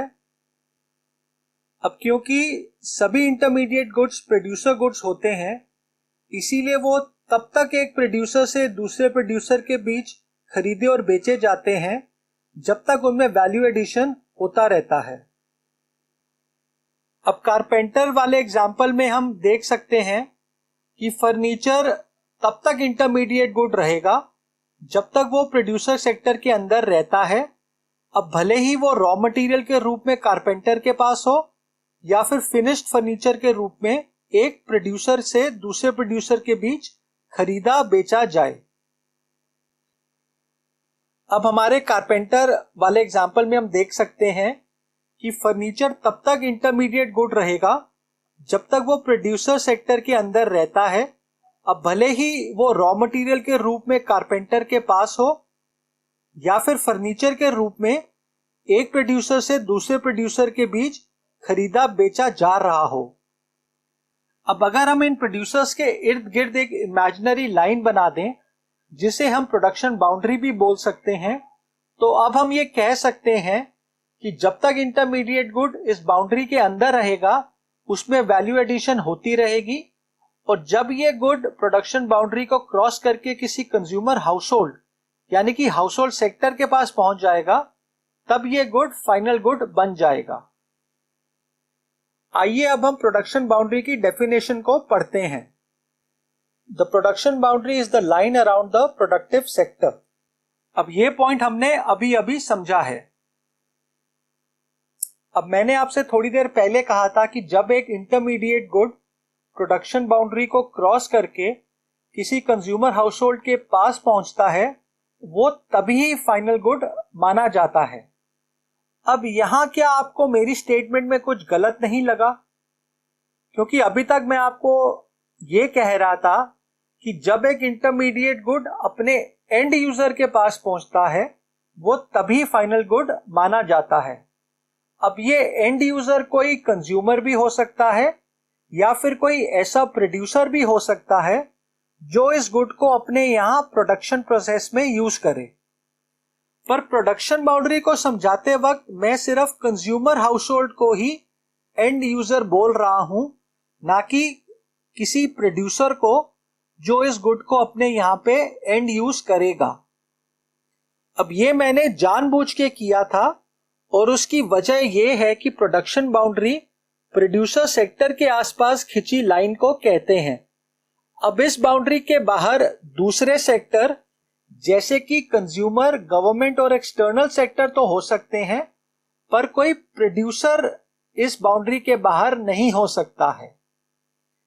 सारे प्रोड्यूसर्स प्रोड्यूसर सेक्टर के अंदर यानी कि प्रोडक्शन बाउंड्री के अंदर ही होंगे। अब इसका यह मतलब हुआ कि इस प्रोडक्शन बाउंड्री के अंदर कुछ ऐसे गुड्स भी होंगे जो एक प्रोड्यूसर दूसरे से खरीदेगा अपने यहां पे एंड यूज के लिए। फॉर एग्जाम्पल, हमारे फर्नीचर वाले एग्जाम्पल में जब कोई ऐसा प्रोड्यूसर इस फर्नीचर को शॉपकीपर से खरीदेगा जिसे वो अपने यहां ऑफिस फर्नीचर के रूप में यूज करेगा, तब ये फर्नीचर इंटरमीडिएट गुड से फाइनल गुड तो बन जाएगा, पर रहेगा ये प्रोडक्शन बाउंड्री के अंदर ही। यानी कि हम ये कह सकते हैं कि जब कोई इंटरमीडिएट गुड प्रोड्यूसर सेक्टर से हाउसहोल्ड सेक्टर को बेचा जाएगा, तब ये गुड प्रोडक्शन बाउंड्री क्रॉस करके फाइनल गुड बन जाएगा। पर जब कोई इंटरमीडिएट गुड एक प्रोड्यूसर से दूसरा प्रोड्यूसर खरीदेगा अपने यहां एंड यूज के लिए, तब ये गुड फाइनल गुड तो बन जाएगा, पर रहेगा ये प्रोडक्शन बाउंड्री के अंदर ही। यानी कि प्रोडक्शन बाउंड्री के अंदर इंटरमीडिएट गुड्स भी होंगे और फाइनल गुड्स भी। अब प्रोडक्शन बाउंड्री से हम ये 3 कंक्लूजन्स निकाल सकते हैं। पहला, सभी प्रकार के इंटरमीडिएट गुड्स प्रोडक्शन बाउंड्री के अंदर होते हैं। दूसरा, सभी प्रकार के कैपिटल गुड्स जो कि फाइनल गुड्स होते हैं, ये भी प्रोडक्शन बाउंड्री के अंदर ही रहते हैं। ये गुड्स एक प्रोड्यूसर दूसरे प्रोड्यूसर से खरीदता है अपने यहाँ प्रोडक्शन प्रोसेस में यूज करने के लिए। और तीसरा, जब एक इंटरमीडिएट गुड प्रोडक्शन बाउंड्री को क्रॉस करता है तो वो फाइनल कंज्यूमर गुड बन जाता है जिन्हें कंज्यूमर हाउसहोल्ड्स यूज करते हैं। अब यहाँ हम ये कह सकते हैं कि प्रोडक्शन बाउंड्री के अंदर इंटरमीडिएट गुड्स भी हो सकते हैं और फाइनल गुड्स भी। इसीलिए शायद मैं ऑथर के इन वर्डिंग से एग्री नहीं करता। As long as goods remain within the production boundary, they are intermediate goods, and when a good comes out of this boundary it becomes a final good. अब हम जानते हैं कि production boundary के अंदर रहते भी कुछ गुड्स फाइनल गुड्स हो सकते हैं जिन्हें हम कैपिटल गुड्स कहते हैं। इनफैक्ट ऑथर ने इस पॉइंट को यहां पर एक्सप्लेन भी किया है। अब प्रोडक्शन बाउंड्री का एग्जाम्पल जो बुक में दे रखा है, आइए उसे भी देख लेते हैं। यहां फार्मर ए कॉटन उगाता है और उसे प्रोड्यूसर बी को 2000 रुपए में बेच देता है। यहां अगर हम फार्मर ए की इनपुट कॉस्ट को 0 अज्यूम करें, क्योंकि वो हमें यहां पर नहीं दी गई है, तो इस फार्मर ने 2000 रुपए की वैल्यू एडिशन की है। अब प्रोड्यूसर बी इस कॉटन को थ्रेड यानी कि धागों में कन्वर्ट करता है और इसे 3000 रुपए में प्रोड्यूसर सी को बेच देता है। अब यहां प्रोड्यूसर बी ने भी 1000 रुपए की वैल्यू एडिशन की है। अब प्रोड्यूसर सी इस धागे को कपड़े में कन्वर्ट करता है और उसे कंज्यूमर हाउसहोल्ड को 4500 रुपए में बेच देता है। यहां पे प्रोड्यूसर सी ने भी 1500 की वैल्यू एडिशन की है। अब यहां पे जब तक ये गुड एक प्रोड्यूसर से दूसरे प्रोड्यूसर के बीच बिक रहा था, तब तक इसमें वैल्यू एडिशन हो रही थी, इसीलिए ये गुड इंटरमीडिएट गुड था। पर जब ये गुड कंज्यूमर हाउस होल्ड के पास पहुंचा तो अब इसमें कोई फर्दर वैल्यू एडिशन नहीं होगी। इस कंज्यूमर ने ये गुड अपने खुद के यूज के लिए खरीदा है, यानी कि ये गुड प्रोडक्शन बाउंड्री को क्रॉस करके प्रोड्यूसर सेक्टर से हाउस होल्ड सेक्टर की तरफ आ गया है और इंटरमीडिएट गुड से फाइनल गुड बन गया है। आई होप आपको इंटरमीडिएट गुड से रिलेटेड सारे पॉइंट्स अब क्लियर हो गए होंगे। मैं इन्हें यहां पर आपके लिए समराइज कर देता हूं। इंटरमीडिएट गुड या तो रॉ मटेरियल के रूप में होता है प्रोडक्शन में यूज होने के लिए, या फिर फिनिश्ड गुड्स के रूप में होता है रीसेलिंग पर्पस के लिए। ये गुड्स एक प्रोड्यूसर दूसरे प्रोड्यूसर से खरीदते हैं, यानी कि ये गुड्स प्रोडक्शन बाउंड्री के अंदर रहते हैं। इन गुड्स को इनके प्रोड्यूसर ने उसी साल के अंदर प्रोडक्शन में यूज करना होता है या फिर रीसेल करना होता है जिस साल इन्हें इस प्रोड्यूसर ने खरीदा होता है। अगर ऐसा नहीं होता है तो जो इंटरमीडिएट गुड का स्टॉक प्रोड्यूसर के पास साल के एंड में बच जाता है वो इस प्रोड्यूसर के फाइनल गुड्स कहलाते हैं। हम इंटरमीडिएट गुड्स को नेशनल इनकम में इंक्लूड नहीं करते हैं। चलिए दोस्तों, अब हम आखिरी कैटेगरी ऑफ गुड्स जो कि फाइनल गुड्स हैं उन्हें भी समझ लेते हैं। हम अब तक के वीडियो में ये तो समझ ही गए हैं कि वो सभी गुड्स जो अपने एंड यूजर के पास पहुंच गए होते हैं, अब भले ही वो कंज्यूमर हो या फिर प्रोड्यूसर हो, और जिनमें कोई वैल्यू एडिशन होने की गुंजाइश बाकी नहीं रहती है, उन्हें हम फाइनल गुड्स कहते हैं। यानी कि सभी प्रकार के कंज्यूमर गुड्स और कैपिटल गुड्स फाइनल गुड्स होते हैं। अब आइए इसकी फॉर्मल डेफिनेशन को भी पढ़ लेते हैं। Final goods refer to those goods which are used either for consumption or for investment. I think हमें यह डेफिनेशन क्लियर है। अब हम जानते हैं कि सभी प्रकार के कंज्यूमर गुड्स और कैपिटल गुड्स फाइनल गुड्स होते हैं। अब कंज्यूमर गुड्स को कंज्यूमर हाउस होल्ड कंजम्पशन में यूज करेगा, जिसे हम फाइनल कंजम्पशन भी बोल सकते हैं, और कैपिटल गुड्स को प्रोड्यूसर अपनी प्रोडक्शन प्रोसेस में यूज करेगा। अब इसे हम कैपिटल फॉर्मेशन या फिर इन्वेस्टमेंट बोलते हैं। कैपिटल फॉर्मेशन का कंसेप्ट हम डिटेल में सेक्शन 2.6 में नेक्स्ट वीडियो में समझेंगे। अभी के लिए आप इतना समझ लीजिए कि addition of capital goods is called capital formation या फिर इन्वेस्टमेंट। अब कंज्यूमर द्वारा कंज्यूमर गुड पे किया गया एक्सपेंडिचर को हम कंजम्पशन एक्सपेंडिचर बोलेंगे, और प्रोड्यूसर द्वारा कैपिटल गुड्स पे किया गया एक्सपेंडिचर को हम इन्वेस्टमेंट एक्सपेंडिचर बोलेंगे। यानी कि फाइनल गुड्स पे किया गया total expenditure is equal to sum total of consumption expenditure और इन्वेस्टमेंट एक्सपेंडिचर। अब यहां हमें बताया गया है कि फाइनल गुड्स ना तो रीसेल होते हैं और ना ही इनकी शेप और साइज में कोई ट्रांसफॉर्मेशन आता है। अब हमें यह पॉइंट भी क्लियर है। अब हम जानते हैं कि रीसेलिंग से गुड में वैल्यू एडिशन होती है, पर क्योंकि फाइनल गुड्स में वैल्यू एडिशन नहीं हो सकती है इसलिए ये रीसेल नहीं होंगे। वो इसलिए भी कि ये गुड्स अपने फाइनल यूजर के पास पहुंच गए होते हैं। अब हम ये भी जानते हैं कि जब गुड्स की शेप और साइज में ट्रांसफॉर्मेशन होती है तब भी उनमें वैल्यू एडिशन होती है। जैसे कि 1000 रुपए की लकड़ी की शेप और साइज को कन्वर्ट करके कारपेंटर उससे 3000 रुपए का फर्नीचर बनाता है, तो वो लकड़ी की वैल्यू में 2000 रुपए का वैल्यू एडिशन करता है। अब फाइनल गुड्स जैसे कि कैपिटल गुड की शेप और साइज में कोई ट्रांसफॉर्मेशन नहीं होता है, वो जैसे हैं वैसे ही प्रोडक्शन प्रोसेस में यूज होते हैं। आई होप आपको ये वाला पॉइंट भी क्लियर हो गया होगा। अब यहां मैं आपको एक इंटरेस्टिंग बात बताता हूं जो इसी पॉइंट से रिलेटेड है। अब एक बार मुझसे मेरे स्टूडेंट ने इसी पॉइंट को लेके सवाल पूछा कि सर आप कहते हैं कि फाइनल गुड्स ना तो रीसेल होते हैं और ना ही इनकी शेप और साइज में कोई ट्रांसफॉर्मेशन होती है, तो ये आप गलत पढ़ा रहे हैं।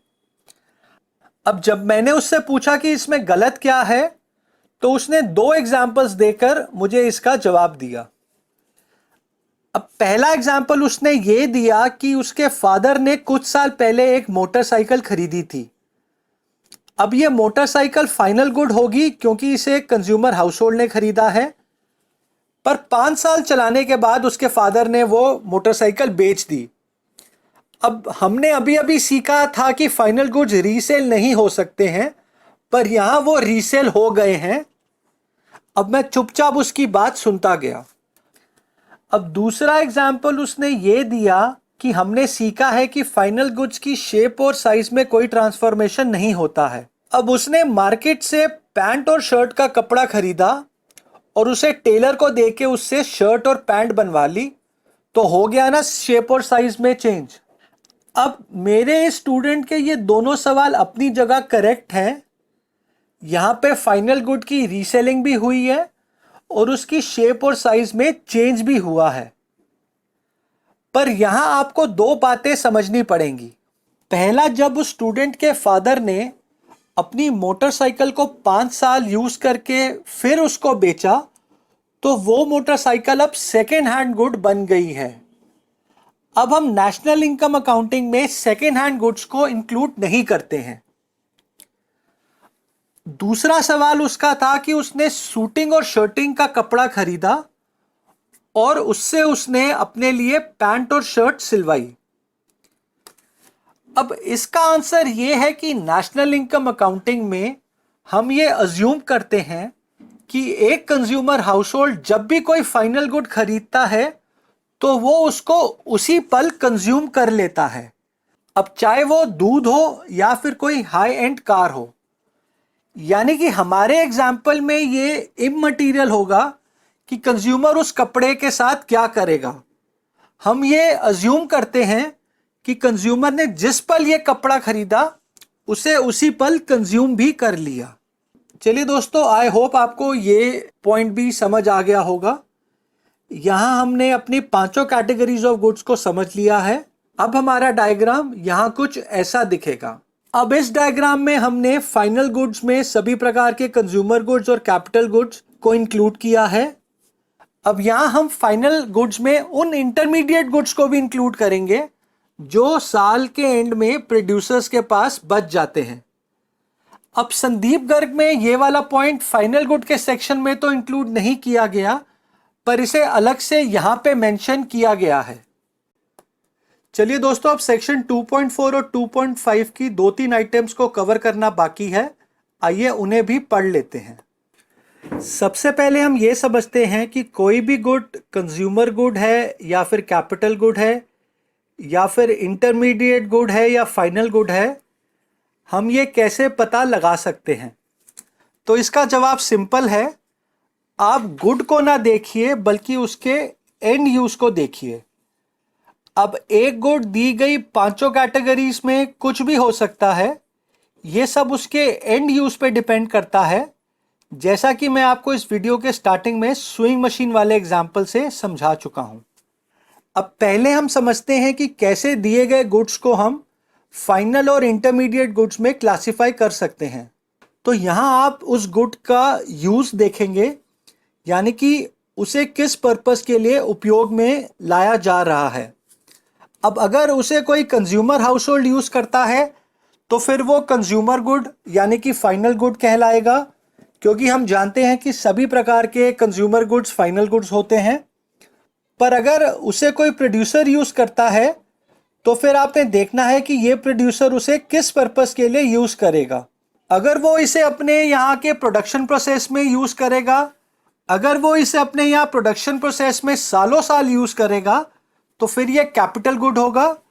और जैसा कि हम जानते हैं कि सभी प्रकार के कैपिटल गुड्स फाइनल गुड्स होते हैं। पर अगर वो इसे रीसेलिंग के लिए यूज करेगा या फिर प्रोडक्शन प्रोसेस में रॉ मटेरियल के पर्पस के लिए यूज करेगा तो फिर ये इंटरमीडिएट गुड कहलाएंगे। अब यहां हमें 2 एग्जाम्पल्स दिए गए हैं। पहला है शुगर यानी कि चीनी। अब ये शुगर अगर कोई कंज्यूमर हाउसहोल्ड यूज करेगा तो ये कंज्यूमर गुड यानी कि फाइनल गुड होगा। पर यही शुगर अगर कोई मिठाई वाला अपनी मिठाई में यूज करेगा या फिर अगर कोई दुकानदार इसे रीसेलिंग के लिए खरीदेगा तो फिर ये इंटरमीडिएट गुड कहलाएगा। हाँ, साल के एंड में इन प्रोड्यूसर्स के पास जो शुगर का स्टॉक बचेगा वो इनकी इन्वेंट्री इन्वेस्टमेंट होगी और वो इनका फाइनल गुड माना जाएगा। अगला एग्जाम्पल है मिल्क यानी कि दूध। अब अगर ये दूध कोई दूध की डेयरी रीसेलिंग के पर्पस के लिए खरीदती है तो फिर ये इंटरमीडिएट गुड होगा। पर यही दूध जब कोई कंज्यूमर हाउस होल्ड इस दूध की डेयरी से अपने खुद के यूज के लिए खरीदेगा तो ये फाइनल गुड कहलाएगा। अब यहां तो हमने गुड्स को फाइनल गुड और इंटरमीडिएट गुड में डिफरेंशिएट किया है। अब फाइनल गुड्स दो प्रकार के होते हैं, कंजम्पशन गुड्स और कैपिटल गुड्स। अब ये कैसे पता लगाया जाए कि कौन सा गुड कंजम्पशन गुड है और कौन सा कैपिटल? तो इसका जवाब बहुत सिंपल है। अगर ये गुड कोई कंज्यूमर हाउस होल्ड यूज करेगा तो ये कंजम्पशन गुड होगा, और अगर ये गुड कोई प्रोड्यूसर यूज करेगा तो फिर ये कैपिटल गुड होगा, बशर्ते वो इसे इन्वेस्टमेंट पर्पस के लिए यूज कर रहा है, ना कि रॉ मटेरियल के रूप में या फिर रीसेलिंग के लिए, क्योंकि तब ये गुड इंटरमीडिएट गुड कहलाएगा। अब यहां हमें एग्जाम्पल दिया गया है मशीन का। अब अगर ये मशीन कोई कंज्यूमर हाउस होल्ड यूज करेगा तो ये कंज्यूमर गुड कहलाएगा, पर यही मशीन अगर कोई प्रोड्यूसर अपने प्रोडक्शन प्रोसेस में सालों साल यूज करने के लिए खरीदेगा तो फिर ये कैपिटल गुड यानी कि ड्यूरेबल यूज प्रोड्यूसर गुड कहलाएगी। पर अगर ये प्रोड्यूसर इस मशीन को रीसेलिंग के लिए खरीदेगा तो फिर ये इंटरमीडिएट गुड यानी कि सिंगल यूज प्रोड्यूसर गुड कहलाएगी। आई होप आपको ये पॉइंट क्लियर हो गया होगा। आइए अब इस टेबल से हम समझते हैं कि कैसे एक गुड फाइनल गुड भी हो सकता है और इंटरमीडिएट भी, और फाइनल गुड के अंदर कैसे यही गुड कंजम्पशन गुड भी हो सकता है और कैपिटल गुड भी।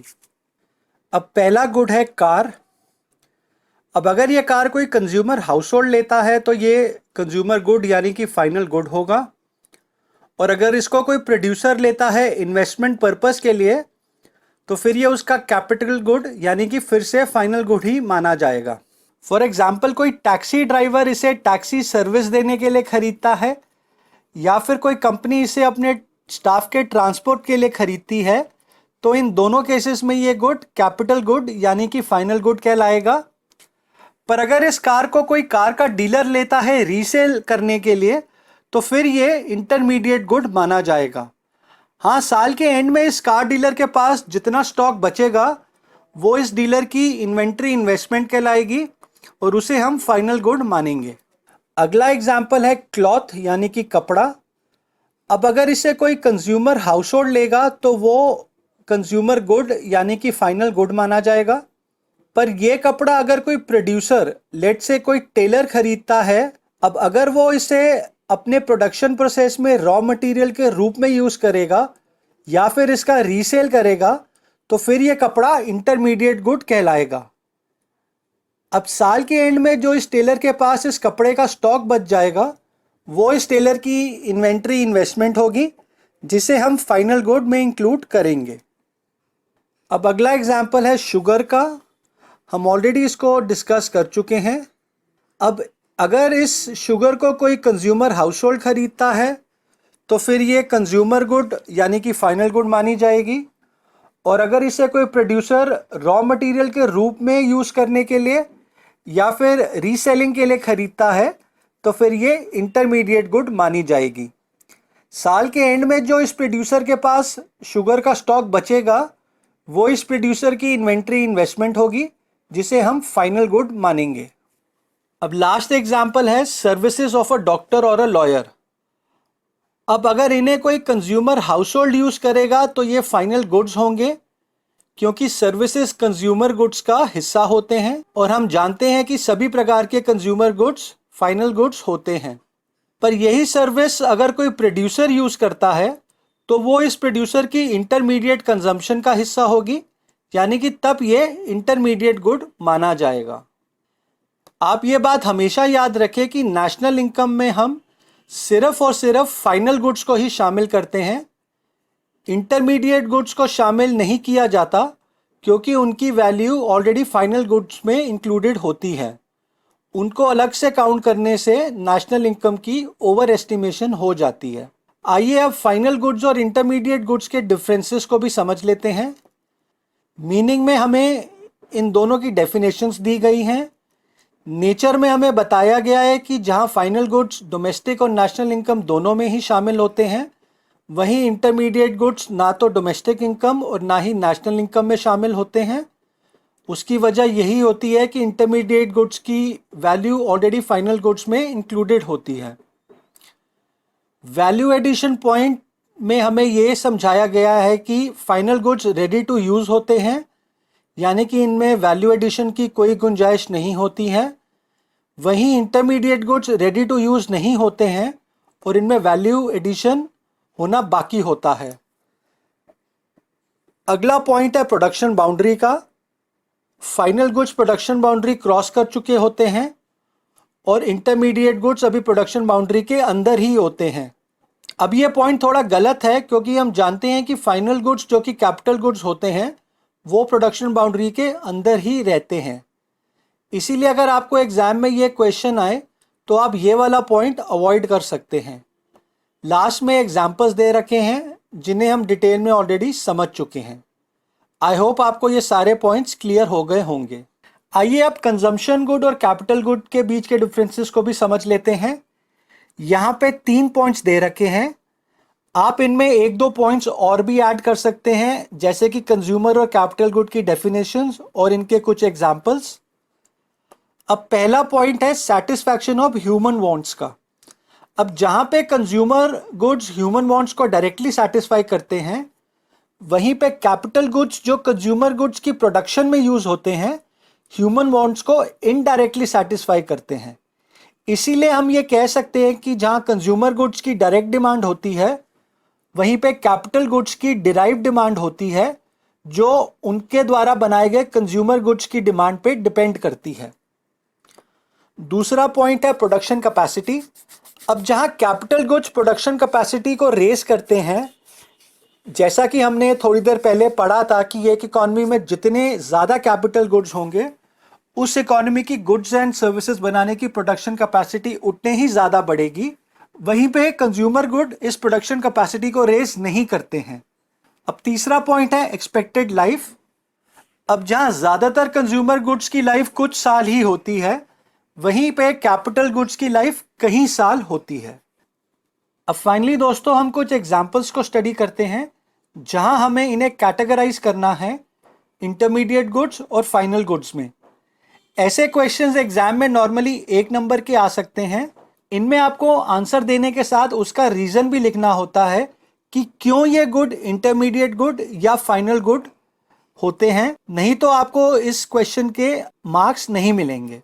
अब ऐसे क्वेश्चंस को सॉल्व करने का मैं आपको एक बेसिक फॉर्मूला समझा देता हूं। अगर ये आपको समझ आ जाए तो आप इन क्वेश्चंस को आंसर करने में कभी भी गलती नहीं करेंगे। यहां आप दिए गए क्वेश्चन में 2 पॉइंट्स को हमेशा चेक करें। पहला कि दिया गया गुड कोई कंज्यूमर यूज करता है या फिर कोई प्रोड्यूसर। अब अगर इसे कोई कंज्यूमर यूज करता है तो आप वहीं पे रुक जाएं, आपका काम यहीं पे पूरा हो जाएगा। ये गुड कंज्यूमर गुड होगा, यानी कि फाइनल गुड माना जाएगा। पर अगर ये गुड कोई प्रोड्यूसर यूज करता है तो तब आप देखिए कि वो इसे दिए गए 3 पर्पसेस में से कौन से पर्पस के लिए यूज कर रहा है। क्या वो इसे अपने प्रोडक्शन प्रोसेस में कैपिटल गुड की तरह यूज कर रहा है? अगर हाँ तो फिर ये गुड फाइनल गुड होगा, क्योंकि हम जानते हैं कि सभी प्रकार के कैपिटल गुड्स फाइनल गुड्स होते हैं। सेकेंड ऑप्शन है कि क्या वो प्रोड्यूसर इसे अपने प्रोडक्शन प्रोसेस में रॉ मटेरियल की तरह यूज कर रहा है। और थर्ड ऑप्शन है कि क्या वो इस गुड को रीसेलिंग के लिए यूज करेगा। तो ऑप्शन बी और सी दोनों में ही ये गुड इंटरमीडिएट गुड कहलाएगा। आइए अब इन पॉइंट्स को ध्यान में रख के इन एग्जाम्पल्स को समझते हैं। पहला क्वेश्चन है paper purchase by a publisher. अब पहला स्टेप में हमें यह चेक करना है कि ये यूजर कंज्यूमर है या फिर प्रोड्यूसर। अब पब्लिशर कंज्यूमर तो हो नहीं सकता, यानी कि ये प्रोड्यूसर हुआ। अब अगले स्टेप में हमें यह देखना है कि वो इस गुड यानी कि पेपर को किस पर्पस के लिए यूज करेगा। अब ऑब्वियसली ये पेपर इस प्रोड्यूसर का कैपिटल गुड तो हो नहीं सकता, यानी कि ये इसका इंटरमीडिएट गुड ही होगा। ये पब्लिशर इस पेपर को रॉ मटेरियल के रूप में यूज करेगा अपने यहाँ बुक्स की प्रोडक्शन में। अब दूसरा क्वेश्चन है furniture purchase by a school. Again हम पहले स्टेप में देखते हैं कि यहाँ पे जो यूज़र है वो कंज्यूमर हाउस होल्ड है या फिर कोई प्रोड्यूसर। अब यहाँ पे यूज़र एक स्कूल है जो कि एक प्रोड्यूसर होगा जो स्टूडेंट्स को एजुकेशनल सर्विसेज देता है। तो अगला स्टेप ये होगा कि ये स्कूल इज गुड, यानी कि फर्नीचर को किस पर्पस के लिए यूज़ करेगा। अब ना तो वो इसे रीसेल करेगा और ना ही ये फर्नीचर एजुकेशनल सर्विस देने के दौरान अपनी शेप और साइज को खोएगा। अब ये फर्नीचर स्कूल का कैपिटल गुड यानी कि इन्वेस्टमेंट होगा जो सालों साल यूज में आती रहेगी, यानी कि ये भी फाइनल गुड का एग्जाम्पल होगा। अब यहां आप क्वेश्चन नंबर 10 को देखें। Chalks, duster etcetera purchase bye अ स्कूल। अब यहां पे स्कूल चॉक्स डस्टर्स खरीद रहा है। अब अनलाइक फर्नीचर ये items day to day teaching में यूज अप होती हैं, यानी कि ये अपनी शेप और साइज खो देती हैं, इसीलिए ये आइटम्स इस स्कूल के इंटरमीडिएट गुड्स होंगे। अब क्वेश्चन नंबर 3 है milk purchase by house holds. अब क्योंकि यहां पे ये गुड सीधा सीधा कंज्यूमर हाउस होल्ड ले रहा है, इसीलिए ये कंज्यूमर गुड यानी कि फाइनल गुड होगा। क्वेश्चन नंबर 4 है purchase of rice by a grocery shop. अब यहां पे ग्रोसरी शॉप एक प्रोड्यूसर है और राइस उसका इंटरमीडिएट गुड होगा जिसे ये शॉप रीसेल के लिए खरीद रही है, इसलिए हम इसको इंटरमीडिएट गुड का एग्जाम्पल मानेंगे। हाँ, अब जो स्टॉक इस शॉप के पास साल के एंड में बच जाएगा वो इस शॉप की इन्वेंट्री इन्वेस्टमेंट होगा, उस केस में हम उसको फाइनल गुड मानेंगे। क्वेश्चन नंबर 5 है coal used by manufacturing firms. अब यहां भी सेम लॉजिक लगेगा। कोल इस प्रोड्यूसर का कैपिटल गुड तो हो नहीं सकता, इसीलिए वो इंटरमीडिएट गुड होगा जिसे फर्म अपनी प्रोडक्शन में रॉ मटेरियल के रूप में यूज करेगी। हाँ, साल के एंड में जो कोल का स्टॉक बच जाएगा वो इस फर्म की इन्वेंट्री इन्वेस्टमेंट यानी कि फाइनल गुड माना जाएगा। अगला क्वेश्चन है computers installed in an office. अब यहाँ पे कंप्यूटर्स इस ऑफिस के कैपिटल गुड्स होंगे जो सालों साल यूज में आएंगे, इसलिए हम इन्हें फाइनल गुड्स बोलेंगे। क्वेश्चन नंबर 7 है coal used up by consumer households. अब यहाँ पे क्योंकि कंज्यूमर हाउस होल्ड ये कोल खरीद रहा है, इसलिए ये कंज्यूमर गुड यानी कि फाइनल गुड होंगे जो इनकी फाइनल कंजम्पशन में यूज होंगे। अगला क्वेश्चन है mobile sets purchase by a mobile dealer. अब यहाँ पे मोबाइल डीलर एक प्रोड्यूसर है जो इन मोबाइल सेट्स को रीसेल के लिए खरीदेगा, इसीलिए ये उसके इंटरमीडिएट गुड्स होंगे। पर जो स्टॉक इस डीलर के पास साल के एंड में बच जाएगा वो इस डीलर की इन्वेंट्री इन्वेस्टमेंट यानी कि फाइनल गुड्स माने जाएंगे। क्वेश्चन नंबर 9 है purchase of pulses by a consumer. अब यहाँ पे क्योंकि ये गुड एक कंज्यूमर हाउस होल्ड खरीद रहा है, इसलिए हम इसको कंज्यूमर गुड मानेंगे, और क्योंकि सभी प्रकार के कंज्यूमर गुड फाइनल गुड्स होते हैं, इसीलिए ये फाइनल गुड्स का एग्जाम्पल है। अब क्वेश्चन नंबर 11 है fertilisers used by the farmers. अब यहाँ पे फार्मर एक प्रोड्यूसर है और वो इस फर्टिलाइजर को क्रॉप की प्रोडक्शन में रॉ मटेरियल के रूप में यूज करेगा, इसीलिए ये इंटरमीडिएट गुड का एग्जाम्पल होगा। क्वेश्चन नंबर 12 है printer purchase by a lawyer. अब यहाँ पे लॉयर भी एक किस्म का प्रोड्यूसर है जो अपनी सर्विसेज देता है। अब उसके द्वारा खरीदे गया कंप्यूटर इंटरमीडिएट गुड तो हो नहीं सकता, क्योंकि ये उसकी सर्विसेज की डिलीवरी में अपनी आइडेंटिटी नहीं खोएंगे, और ना ही इन कंप्यूटर्स को इस लॉयर ने रीसेलिंग के पर्पस के लिए खरीदा है, यानी कि ये कंप्यूटर्स इस लॉयर के कैपिटल गुड्स होंगे जो सालों साल इस लॉयर के काम में मदद करेंगे। अब हम जानते हैं कि सभी प्रकार के कैपिटल गुड्स फाइनल गुड्स होते हैं, तो ये कंप्यूटर्स भी फाइनल गुड्स का एग्जाम्पल हैं। अगला क्वेश्चन है wheat used by the flour mill. अब यहाँ पे फ्लोर मिल एक प्रोड्यूसर है जो व्हीट को अपनी प्रोडक्शन में रॉ मटेरियल के रूप में यूज करेगा, इसीलिए ये उसके लिए इंटरमीडिएट गुड होंगे। हाँ, जो व्हीट का स्टॉक इस फ्लोर मिल के पास साल के एंड में बचेगा वो इसकी इन्वेंट्री इन्वेस्टमेंट होगी जिसे हम फाइनल गुड मानेंगे। क्वेश्चन नंबर 14 है unsold coal with trader at year end. अब साल के एंड में बचा अनसोल्ड कोल इस ट्रेडर की इन्वेंट्री इन्वेस्टमेंट होगा, इसीलिए हम उसे फाइनल गुड मानेंगे। क्वेश्चन नंबर 15 है cotton used by a cloth mill. अब यहाँ पे क्लॉथ मिल इस कॉटन को अपनी प्रोडक्शन में रॉ मटेरियल के रूप में यूज करेगी, इसीलिए ये इसकी इंटरमीडिएट गुड्स होंगे। जो कॉटन का स्टॉक इस क्लॉथ मिल के पास साल के एंड में बच जाएगा वो इसकी इन्वेंट्री इन्वेस्टमेंट होगी, जिसे हम फाइनल गुड्स मानेंगे। क्वेश्चन नंबर 16 है व्हीट यूज्ड बाय हाउसहोल्ड्स। अब यहाँ पे व्हीट कंज्यूमर हाउसहोल्ड यानी कि एंड यूजर खरीद रहा है, इसलिए हम इसे कंज्यूमर गुड यानी कि फाइनल गुड मानेंगे। ये गुड कंज्यूमर की वांट्स को डायरेक्टली सेटिस्फाई करेगा। क्वेश्चन नंबर 17 है refrigerator installed by a firm. अब यहाँ पे फर्म एक प्रोड्यूसर है। अब ये रेफ्रिजरेटर इस फर्म का इंटरमीडिएट गुड तो हो नहीं सकता, क्योंकि ये प्रोडक्शन में अपनी आइडेंटिटी नहीं खोएगा और ना ही ये फर्म इसको रीसेलिंग के लिए खरीद रही है। यानी कि ये रेफ्रिजरेटर इस फर्म का कैपिटल गुड होगा, जो सालों साल इस फर्म की प्रोडक्शन प्रोसेस में मदद करेगा। और हम जानते हैं कि सभी प्रकार के कैपिटल गुड्स फाइनल गुड्स होते हैं, इसीलिए ये रेफ्रिजरेटर भी फाइनल गुड का एग्जाम्पल होगा। लास्ट क्वेश्चन है sugar used by a sweet shop. यहाँ पे शुगर इस प्रोड्यूसर के इंटरमीडिएट गुड होगी, क्योंकि ये स्वीट्स की प्रोडक्शन में रॉ मटेरियल के रूप में यूज होगी। अब जो शुगर का स्टॉक इस प्रोड्यूसर के पास साल के एंड में बच जाएगा वो इसकी इन्वेंट्री इन्वेस्टमेंट होगी, जिसे हम फाइनल गुड्स मानेंगे। तो फाइनली दोस्तों, इसी के साथ हमने सेक्शन 2.4 और 2.5 के सभी पॉइंट्स को वर्ड बाय वर्ड कवर कर लिया है। I hope classification of goods का कंसेप्ट आपको अच्छी तरह से समझ आ गया होगा।